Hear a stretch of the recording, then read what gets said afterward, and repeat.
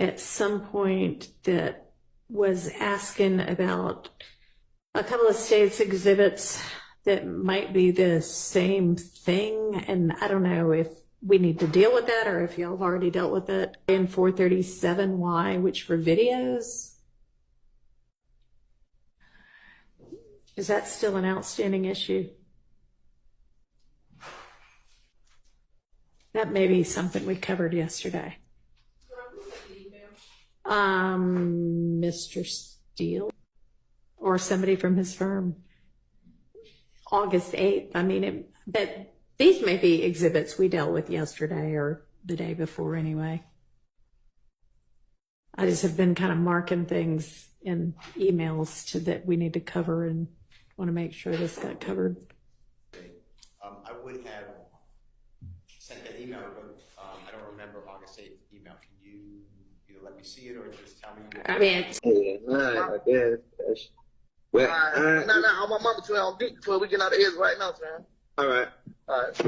Is there any evidence that they have any reason to believe Mr. Drinks is going to be at this gas station? That supports the argument that this is some sort of vast conspiracy as alleged in the indictment. So to me, we're just end-arounding how to get in bad character evidence about Mr. Stillwell, about talking about drugs with Mr. Garlington. And so I don't believe it's part of any conspiracy. I don't believe it's in furtherance of any conspiracy. And I don't believe it's relevant and it is prejudicial. And so 401, 403, and hearsay are my objections. All right. I don't hear how any of what gets said in this particular conversation can be in furtherance of a conspiracy. So I'm going to exclude this. Yes, Your Honor. Does the video show the Audi's already there and then the Fusion pulls up? Yes, but it doesn't, again, because of the video, we are not aware of DeMarco Boyer being in the car prior to seeing the video, nor do we see him afterwards. We just hear these phone calls between this individual. All right, well, I'm not talking about the next call yet. I'm talking about this call and trying to figure out why we need this call at all. Because I think it shows them coming from wherever they're coming together. We believe that they were either near each other or had planned to meet up prior to do whatever they're doing. And so it just shows a series of events, Your Honor. Just if we have to prove what happens before, during, and after the murder, this shows before the murder, they were in communication. It's not like they randomly met up at the gas station together. They literally planned these two cars, at least, to meet up at the gas station. They meet. They unfortunately see Mr. Drinks, and then the plan becomes afoot. But it's not like the Audi and the Ford Fusion randomly meet at the gas station. They have plans to meet at the gas station. And all right, well, if that's your purpose, I think you can narrow it down a little bit. We don't need to hear the whole conversation. And Your Honor, I also said that they have a call log that establishes that, and they actually had Mr. Burney, the cell phone analysis gentleman, plot this number in question that they're saying belongs to Mr. Boyer. They've plotted that. So they have a call log of who's calling who to show coordination. Okay. And they have the plot of where the phone was at times that it was used and who was calling who. So the coordination, they don't need the contents of the phone call to show coordination.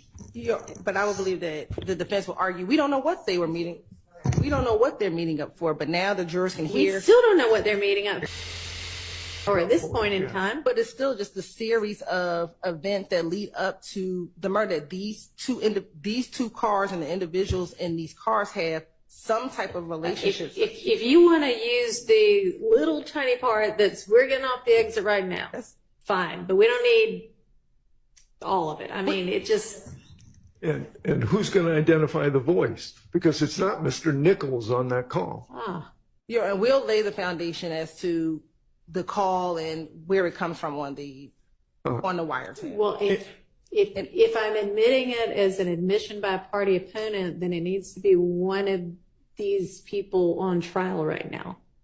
So if you can't establish that it's Mr. Nichols, that's problematic. We will. Well, Man, let me out that car. Boy, I'm gonna go in, boy, and I ain't coming back outside, boy. I don't care if I have no run or nothing, boy. Them motherfuckers ain't moving. Hey, boy, I was saying the same shit, boy. Somebody really think I'm like, yeah, man. I'm like, What's so crazy, bro? I was just being cheap. I said it was being cheap. My whole keep saying, let's get around like that, man. man, what? I'm trying to, hey, that's on DB. I'm in there like, but I got to get my last 2,000. I got to get lawyered in. I'm like, man. But I'm in that beat like, you know, man. Damn. But you won't believe, boy, all the sticks in the car. For real? Man, boy, and the sticks and shit in the attic. Your Honor, I'll continue playing, but when they're saying that the sticks are up in the attic, it's the state's theory that they're talking about the Waters Roadhouse. They're talking about what? When we were just discussing what's inside of the home or not inside the home, it's the states that line about their sticks up in the attic. Sticks is short term for AK-47s or long guns. Rifles that they're talking about in the attic of the Waters Road home that all these police swarmed after the shots. I'm going to continue playing. And also to orient the court, Your Honor, this phone number, which ends in 1103, the state attributes to Mr. Shart's client. So it's Garlington and him speaking. I want these buzzwords, cohesiveness, kept them apprised of the events. So the buzzwords from the state are the same. They're accusing the defense of using, but it's the same buzzwords. It's the same thing every single time. And there are just as many cases out there that say retrospective prior conversations are not part of the co-conspirators exception to the hearsay rule. Stafford versus the state, 312 Georgia 811. State versus Lane, 308 Georgia 10. State versus Wilkins, 302 Georgia 156. There are cases after cases after cases that specifically say a retrospective statement that merely recounts what happened. And that's the whole tenor of this conversation, is not in furtherance of the conspiracy. So, buzzwords go both ways, baby. And I'm just as tired of hearing the cohesiveness and keeping people apprised. There are two ways that this goes. All right. Thank you, counsel. Bro needs to pay for a lawyer. We did it for him. We don't believe. Hey, no, sir, Mr. Harvey, stop right now. Stop right now. Stop right now. Mr. Harvey, sit down. I am not going to have you interrupt the court. You may object in just a moment. We will get to your objection in a moment. Go ahead. Thank you, Your Honor. There has been no showing that this information is so substantially more prejudicial than probative that it should permit the exclusion of what we believe is obviously relevant evidence. Okay, thank you. Mr. Harvey, your objection. My objection is for lying to the court, making things up to the court, and saying speculatively to the court that I assume like he paid for Mr. Nichols' lawyer. You got any evidence of that? I don't even understand that to be what she said. That's exactly what she said. Okay, well, the record will reflect what she said, but I understood her to be talking about what was being said within the context of this conversation we just listened to. Your Honor, just Yes. sir. Go ahead, Mr. I missed any reference to it so well. Well is the person to whom this allegedly. I'm going to listen to it again. Offline, not in court. Your Honor, this is where I'm at with this.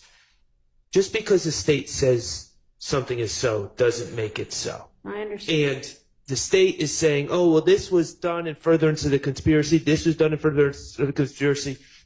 The whole point of the hearsay rules, and I understand that the confrontation clause might not be implicated here, but the hearsay rules, the whole point of the hearsay rules is you get to see who's saying it, know what their basis is, you get to cross-examine them, they come to court, etc. And the problem here is the state is just sitting here saying, oh, well, clearly Mr. Umfunk did this to further the conspiracy and clear. How do we know? How does she know? Maybe Umfunk, I'm not saying this is the case, but what if Umfunk was involved? Umfunk would have every reason to shift responsibility to other people.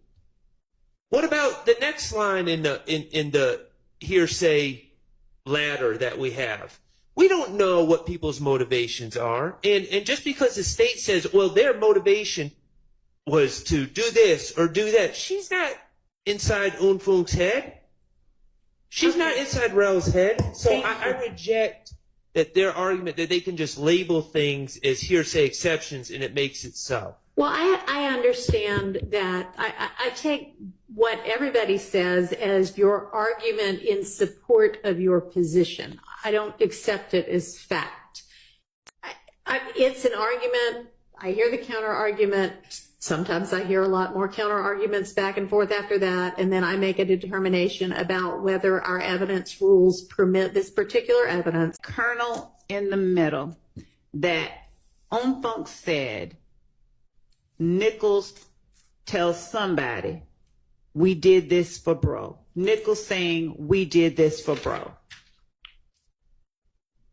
Nichols saying, we did this for bro. I'll start out by saying, at best or worse, whichever you might want to look at it, Nichols is implicating himself and not Shannon necessarily. He hadn't said Shannon did anything. He's saying, me and somebody else did this for bro. So that's to start there as to Mr. Sharp's argument that it necessarily implicates Shannon, who has to push back.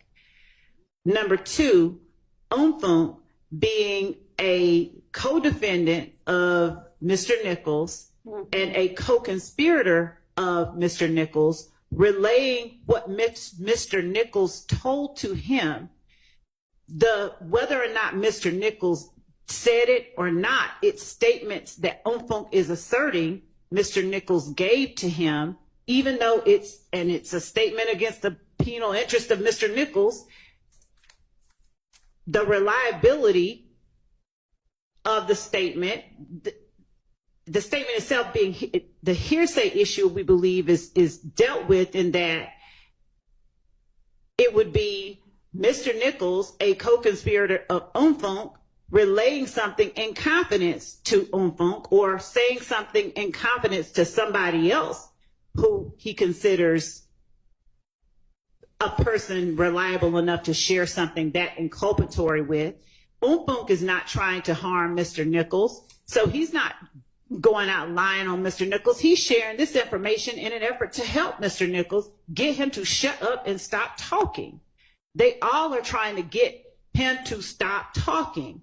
So in terms of the reliability of the information, nobody here has any reason to share inaccurate information. It only furthers their purposes to be truthful about what's happening so that they can further protect themselves and inoculate themselves from any harm coming from this man talking. So the harms and dangers of hearsay that are normally present when, the whole reason it's kept out is, we don't know if it's true or not, are handled and dealt with by the circumstantial, I hate to use this, guarantees of trustworthiness given that are present in the way that this statement comes about. It's told in a way, it's relayed in a way that indicates it's shared in order to help, not to harm Mr. Nichols, to help all of them and keep them safe. So it's layered co-conspirator hearsay, if you will, but that first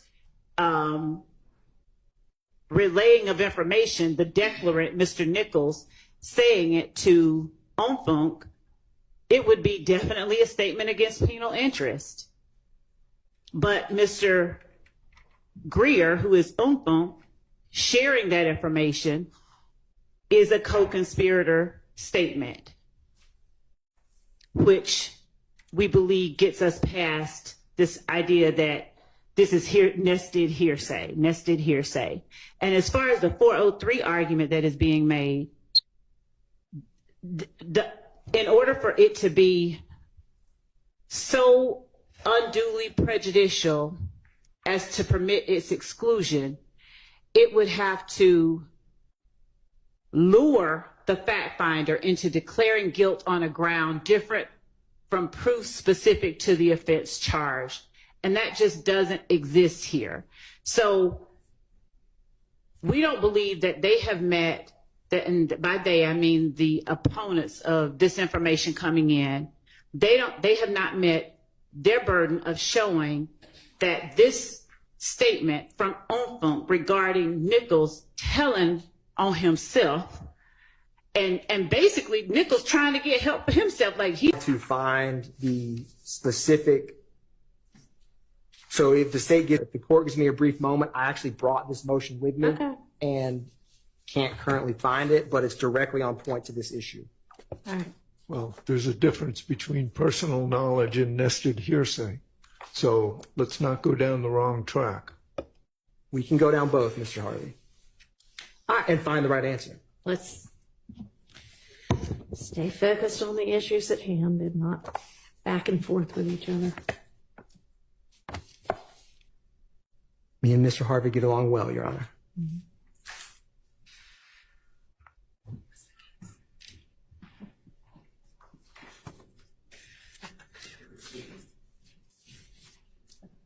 Let me see.